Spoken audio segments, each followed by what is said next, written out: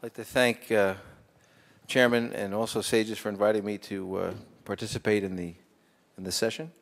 And my topic is, as stated here, and I think it's important to start out by saying that this is a changing landscape in terms of how we treat stage 4 patients. And I think that it really has changed. I think there's three situations that we were presented with. One is the patient that has unresectable metastasis and has a non-obstructing and non-bleeding lesion. So this is I think the most common situation we find. And the second situation is someone who has unresectable metastasis but has a bleeding or an obstructing lesion where surgery is necessary because for those symptoms. And then the third situation is resectable metastasis and primary tumor. And I guess there's a fourth, which would be resectable tumors and then bleeding and obstructing lesions there. But how we treat these, I think, has changed. Whereas in 1990, and when I was a resident back in the 80s, for situation A, almost always a primary resection would be done of the primary, and then the patient would be, in the early days, the adjuvant therapy was not that good. Now we have actually, I should say palliative therapy. The palliative therapy is much better, so we actually do have things to give that will work. But we started with surgery, and the idea was we'd reduce the tumor burden, and that would somehow help the patients. We thought the chemotherapy might work better that way. Situation B, which is we do the same thing. We would resect and then again offer the palliative therapy. And in situation C, we would do surgery plus adjuvant therapy. I think today most surgeons and most oncologic medical and radiation oncology folks would recommend for the patient with the non-obstructing, non-bleeding lesion with unresectable mets to treat it with chemo alone. And I think that the results with that are quite good, and you can get survival 2 years or beyond without doing anything to the primary. And there's no clear benefit to getting the primary tumor out in this setting. There's certainly no evidence to support that. So for a lot of these patients, we're no longer operating on them, and I think that's probably true for many of you as well. So we're talking about a narrowed subgroup of the overall group that we would operate on. Situation B, obviously if someone is bleeding or obstructed, we're going to go ahead and treat that even in the setting of obstruction, of metastasis that may be unresectable, so that we would continue to do that. And for surgery, for the situation C, where we're going for a curative result, we can approach that numerous ways, and the most time-honored way for that was to do the primary first and then to come back, wait a few months, and then you'd repeat your studies, and then if it still looks resectable, then go after the metastasis. Now, however, clearly there's published results of subgroups of patients that have been treated simultaneously for both their metastasis and their primary at the same time successfully. So that's another option. And there are even some surgeons that would approach this by doing the metastasis first and then come back and do the primary tumor after, which is certainly not the standard route. So there's numerous ways to approach this, and the role of minimally invasive surgery in those patients that come to surgery is a very real one. But it is I think, if for a selected population of patients, I think it's the majority of those that go, but not all. Now we talk about minimally invasive methods. I mean, this is really, it's just grown so much. If you sit down and think about it, it used to be just laparoscopic assisted, which would be the majority of how we do these, with as small an incision as possible to extract the tumor, and with an APR, of course, being an extraction incision is your perineal incision. But now hand-assisted approaches are also firmly on the scene, as well as an approach we at first mentioned, which is a hybrid approach, which is we actually do part of it through an open incision, and I think that also has a limited role here. And then also robotic approaches, especially in the pelvis, and also now SILS is on the scene. So there are numerous MIS approaches to this. The majority of the data that's available to us, though, concerns laparoscopic assisted approaches. Now, when this all first began in the 90s and the first reports came out regarding port site tumors, there was lots of concern of taking the stage 4 patients where we have tumors that are T3 lesions, T4 lesions, where there may be very, very easy to disseminate tumor cells, that we were afraid to take those patients and do a minimally invasive operation. And also there was data suggesting that the carbon dioxide gas used for insufflation was in fact somehow encouraging the growth of metastasis, and also the pneumoperitoneum, the increased pressure may also be a problem. So these were reasons why most surgeons steered away from stage 4 patients. And in fact, and for lots of reasons, in the multicenter trials that were done, the randomized trials, the stage 4 patients were excluded. But that, again, would make sense regardless. So the point was there was not much stage 4 data out there, and high fears of port site tumors. Now what's happened is we're now, 15 years down the line, 20 years down the line actually from the early 90s, and in fact we have data from the randomized trials suggesting that in fact the rate of port wound or extraction wound or incisional tumors is actually quite low, and in fact that fear was never realized. So we're not as concerned about that, and it's also the opinion of most that the reason why the port tumors would occur, or the wounded tumors, or any local recurrence in the abdomen, would be due to dissemination of tumor cells, and possibly poor technique would be one way for that to happen. Could also be the biology of the tumor, in terms of a tumor that's very aggressive, more like an ovarian cancer than a typical adenocarcinoma of the colon. But it does make sense, though, to use minimally invasive methods in the stage 4 group. And why is that? Well, first of all, for patients that have an expected life expectancy, you want to get them out of the hospital as fast as possible, and get them back to their life as soon as you can. Those that will go on to get palliative therapy, which is probably the majority of your patients with a decent performance status, those patients will get there sooner, maybe perhaps weeks sooner than they normally would if they have a minimally invasive approach. And there's also the data that my lab has generated, and also other labs from around the world, that suggests that by avoiding the incision, that there are some demonstrable benefits in terms of plasma protein compositions and immune function that may benefit in some small way patients who have the minimally invasive method. Now, most of the literature that's published, as I mentioned, is regarding the lap-assisted or the laparoscopic approach. And I'm sure I've missed some articles, but this is what we came up with for more recent years. And it's not. Well, we'll go through the data. It's not the best data, but it's what's there, and I think we can draw some conclusions from this. But again, this is a population that has not been the focus of the cancer studies that have been done. One study we looked at was a German multicenter review, and this was regarded 331 patients who had advanced colorectal cancer, of which the vast majority underwent a segmental resection, whereas 90 patients had just aversion alone. And this is compared to over 3,500 patients who had segmental resection, but oddly, they compared it to a benign population, so patients with benign disease who had resection. So it's not you'd prefer a stage 1 to 3 cancer group to compare that to, but this is what they did. It's still quite interesting, though, but a little hard to interpret the results. And this shows some of those results. In terms of the age, the cancer group was not surprisingly quite a bit older. But they were BMI a little bit less for the stage 4 group. Conversion rates not different. Morbidity was significantly higher for the stage 4 group. Wound infections, however, no significant difference. No difference in leak rates. That's important. And this mortality, however, was significantly greater for the stage 4 group. Intraoperative complications, however, were no different, and the rate of reoperation was no different either. When they tried to account for the difference in the morbidity and the mortality, they came up with a significant difference in the comorbid conditions that were present in the stage 4 group, and the general medical complications. These are non-surgical complications. Were much greater or more frequent in that cancer group, and the rate of cardiopulmonary complications was higher as well. So this accounts for some of that. And again, you're comparing. It's not the right comparison group, but they concluded that the laparoscopic method was a reasonable approach and appeared to be safe and effective when compared to other laparoscopic resections.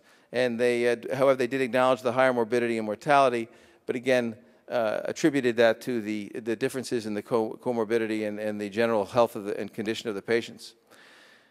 The Japanese study that's actually quite interesting and a little more to the mark it concerned a total of 65 patients who had stage 4 disease that underwent surgery, all of whom underwent segmental resection, of which a third were for curative intent. And this is compared to 513 patients who had stage 0 to 3 disease. And stage 0 patients are going to be your polyp cancers, where you go in and resect the colon and there's no cancer, no residual cancer, but the patients did have a biopsy-proven polyp cancer with a very short margin or no margin, and then that's why the surgery was done. And in this paper, they note, that you can't take all of these patients to surgery, and they listed some of the exclusion criteria that they adhere to, and one was very large tumors. Just a very big tumor would be one example for them. Very low rectal cancers, patients that had a perforation or obstruction, so emergent resections they would not do, bad ascites, and also just overall poor medical condition. And this just shows the breakdown of the types of resections, and it's a typical breakdown between left-sided and right colon cancers with some rectal as well. What they noted is for the vast majority of the parameters, there was no difference between the groups. There was significantly greater need to do an adjacent organ resection. In most cases, that was peritoneum and sidewall, not another organ, sometimes bladder, small bowel, rarely, but most of this was actually sidewall, and most of those resections actually turned out to be negative for disease. But so that's a difference between the groups. However, the conversion rate, although a bit higher, was not significantly higher. Operating time was not different. Blood loss, similar. Morbidity, very similar. Leak rate, wound infection rate, not different. And also the recovery data in terms of flatus, first flatus, and length of stay, quite similar. Canadian group looked at the same exact populations and looked at 49 stage 4 patients and compared it to 375 stage 1 to 3 patients undergoing minimally invasive surgery as well. And they found that the stage 4 group were older. Conversion rate was double, but not in this, with these numbers, was not significantly so. Comorbidity was similar. Operative length, again, not different in this study. Intraoperative complications, not significantly different. And same with postoperative complications and mortality, although the numbers are a bit higher. And again, this is an underpowered type of analysis. But nonetheless, it looks as though it's similar. When you look at the complications that the surgeons were most fearful of, anastomotic leak, 6% in the 4 group, in the stage 1 to 3, 5%. Cardiac complications, pneumonias, similar between the two. The tumor size in the stage 4 patients was significantly greater, which is not a surprise, than when compared to the other group. Having gotten this assignment, I actually went back and we looked at the database that I have set up some time ago at Columbia University. I've since moved on to St. Luke's Roosevelt Hospital, and this is a combined, just a retrospective review of a prospective database that we've had for quite a few years, and and this includes the work of 2 other surgeons in this, a total of 3 of us doing these cases, and this is what we came up with: 47 patients, stage 4 patients, versus our 581 stage 1 to 3 patients that we've operated on. And we believe in using both open and laparoscopic and hand-assisted methods, and we also do believe in open methods as well, on rare occasion. This is the breakdown. About 80% of our cases were done laparoscopically, and that was not different between the stage 1. Well, actually, it was a little bit fewer in the stage 1 to 3 group, but statistically similar. Hand-assisted, about the same as well, 21 to 28% hand-assisted cases, mostly on the left side. The median incision for our lap cases was about the same for both the stage 4 and the stage 1 to 3 group, and the hand incision, mean incision length was also not too different and not significantly different. The ages were a little younger, actually, in the stage 4 group, and the time of the surgery was slow in both cases. I'm well known for my snail-like pace. There's no bleeding, though. As far as the actual results, this in terms of looking at other comparison points, there were similar percentages that had underwent preoperative RT and chemo, although a bit less by numbers with the stage 4 group. Transfusions were similar. Conversion rate, we do conversion rate based on an incision greater than 7 centimeters, just as a hard cutoff for that, and over 11 for a hand assisted as judging a conversion. But that's another talk. As far as flatus and bowel movements, there was no difference in how they did. Length of stay a little bit longer for the stage 4 group, and in fact, it was a significant difference, but a slight one. Now, we also had open patients we had done in the same time period. So we have 32 open patients with stage 4 disease that we also operated on, and we compared those to the 47 stage 4 MIS patients. And I have to say, these are not the same groups. If we did them open, there was a reason why we did them open, and it was not because they were the easy cases. So these were the tough ones. But we just, for comparison's sake, I'll share this data with you. The age was similar. As far as incision size, our mean incision size for the open patients was 20 centimeters versus the same as we had already shared with you for the minimally invasive group. The age was similar. RT chemo much higher in the open group, which is a telling sign in terms of differentiating these as a more difficult population, most likely, and with perhaps larger tumors and more. Well, I'm actually not sure why there's a difference here, but that's the data as it is. Transfusions also double the rate in the open group. As far as first flatus and bowel movements, shorter in the open MIS stage 4 versus the open. So a difference there. But again, I don't think it's a fair comparison. Length of stay a little bit different as well. So, but that gives you at least some view of across the board MIS. Stage 1 to 3, stage 4, and then stage 4 open. Now, this is an interesting study. One study that actually looked at just stage 4 patients that had laparoscopic surgery for emergent complications only. These are my heroes. For perforation and bleeding and obstruction, a total of 21 patients. And they did resections in 18 of 21. In 3, they just did a diversion alone.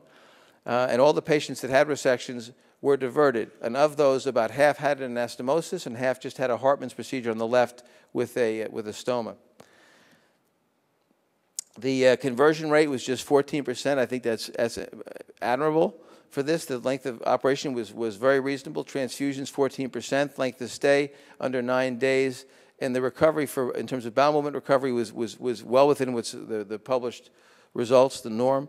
Morbidity was about 30%. Mortality was 0. So even in this, the most difficult group one can imagine in this setting would be that those in the setting of a complication, it is possible to do this.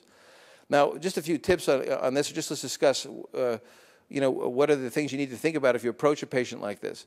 And first of all, I have to say you need to have experience doing benign procedures first and get your laparoscopic skills down. And then once you've gotten that down and you've done cancers, then you can move on to the stage 4s where there may be some more pitfalls there in terms of the higher risk of disseminating cells. If you're going to do a curative operation and you're planning on removing the met or doing a cryotherapy or doing RFA or something for the liver lesion as well, if that's where it is, and that's the most common situation, then you should do a curative resection with a high ligation and do a standard cancer operation. If, however, you're doing this for palliation, then that's not logical, and one can do just a mid-mesenteric type resection to get the primary tumor out, and then do your anastomosis there. Doing the high ligation, it will not improve your survival in the setting of METs that you're not going to go after. Now, what if you're doing a combined resection? And if you're going to do a combined liver and bowel resection, you have to have a hepatobiliary surgeon who's experienced with that, who feels comfortable with it, and you have to have a lesion situated in a part of the liver, usually a peripheral portion of the left lobe or someplace where they can get to it without having to do taking half the liver or doing a trisegmentectomy, which I think would be best done in an open setting. And if for this kind of combined procedure, an open approach may make more sense for the more difficult resections. Now, as far as technique tips, those of us who were around in the 90s and doing this were paranoid about tumor cell dissemination. So one of the things we do is we anchor the ports with a suture of some way or a threaded grip or something to try to keep the ports from coming out. If they come out, you desufflate suddenly, and you can move tumor cells in the fluid in the abdomen to the ports that way. You want to avoid directly grasping the tumor. You want to, if you can devascularize it early, you want to do that. What we do is we will mark the tumor immediately when we find it, even though it's maybe fairly obvious. Put a loop tie on it, do something so that you know where it is always, and you can avoid grasping it. Wound protector for your extraction incision is absolutely mandatory, and if you don't do that, a removal bag, a specimen retrieval bag is also absolutely necessary. And you've got to make an incision big enough to allow the removal of the lesion. It's absolutely critical to do that. Tumoricidal irrigation is also something you can do. You can just use saline, which is fine, or you can use water, but what we use is dilute betadine, and there's animal evidence suggesting that this works. We take the stock 10% betadine solution and dilute it 9 times with saline and irrigate with that, leave it for 2 minutes, and then irrigate with saline afterwards. Taurolidine is also a solution that has also been shown to be effective by Christoph Jacobi and others, and this also can be used, and in Europe is used more commonly. When you bring your graspers out, you need to keep them clean as you pass them off to the nurse for another instrument. They should clean those out and also use tumoricidal irrigation. And when you're done, at the end of the case, you irrigate all your ports and your wounds also with the betadine solution. At least that's how we do it, some kind of tumoricidal approach. I think that hand-assisted approaches make a lot of sense, especially in this setting if you have a bulky tumor or a very obese patient, or in patients that have a lesion that invades the sidewall and where you have to do a little bit more than the usual resection. Also, if you think your extraction incision is likely to be bigger than 8 centimeters, in my logic, my mind's view, it makes sense to go ahead and do that. Also, if you have a tough pelvic case, but you want to do an anastomosis, and you don't think you can do the pelvic part laparoscopically, well then just laparoscopically take the flexure down, divide the proximal vessels, divide the bowel proximally, begin your mobilization of the pelvis, and you can do the rest through a midline incision, and you save the patient half their incision. I think these things make sense. Our goal in this is to minimize the abdominal wall trauma and to allow the patient to get home or get to the next therapy as soon as possible. Lastly, if you have to make just a stoma, laparoscopy is the best way to make a stoma by far and away. And so this is something we shouldn't forget. With just a few 5-millimeter ports and a third one at your extraction site, your stoma site, you can make a stoma in most patients. So this is also important, and it's much better than an open approach there. To summarize, I think the data does support the use of MIS methods in this setting. However, it's got to be a selective use of that. And there's no evidence, we didn't come across anything that suggested that the rate of port wound tumors or wound tumors were higher, or even local recurrences were higher in MIS patients. However, there's a paucity of literature there. Length of surgery seems to be no difference in anyone's hands. The short-term recovery is similar. And again, I think don't just think laparoscopic, think in terms of the other approaches as well. I did not go into robotic data, but these are all viable approaches. But you need to use them selectively where they make sense. And I think the hand and the hybrid method for the difficult cases allows you to minimize the incision while not compromising on the operation that you do. Also, avoid the handling of the tumor, betadine irrigation. You have to make an extraction incision big enough to get the thing out safely. And again, if you haven't done many cancer cases, this is not the place to start. You should start with benign cases first. And again, the main benefit of this in this day and age, I think, is to get patients out of the hospital sooner and to get them to their palliative or adjuvant therapy as soon as possible. Thank you very much.